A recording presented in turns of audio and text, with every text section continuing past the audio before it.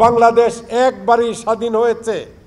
1971-এর মুক্তিযুদ্ধে যেই শহীদদের রক্তের বিনিময়ে এই দেশ স্বাধীন হয়েছে, তাদের সাথে 24-এর অভ্যুত্থানকে তুলনা করা যাবে না।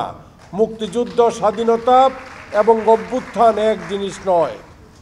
আমরা শ্রদ্ধার সাথে অবশ্যই স্মরণ করি 24-এর গণ আন্দোলনে যারা শাহাদাত বরণ করেছেন, আহত হয়েছেন, তাদের প্রতি আমরা শ্রদ্ধাশীল।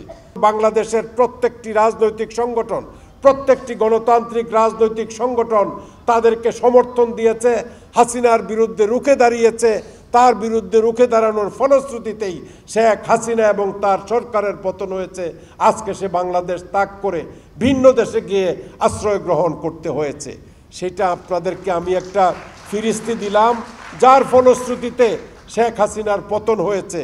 শুধুমাত্র ছাত্রদের আন্দোলনে বা ছাত্রদের সংগ্রামে, শুধুমাত্র ছাত্রদের এই বৈষম্য বিরোধী আন্দোলনের ফলশ্রুতিতে এই দেশ আজকে স্বৈরাচার মুক্ত হয় নাই। বান্ডেল থাকলে প্রতি সেনমানিতে টাকা বাঁচবে।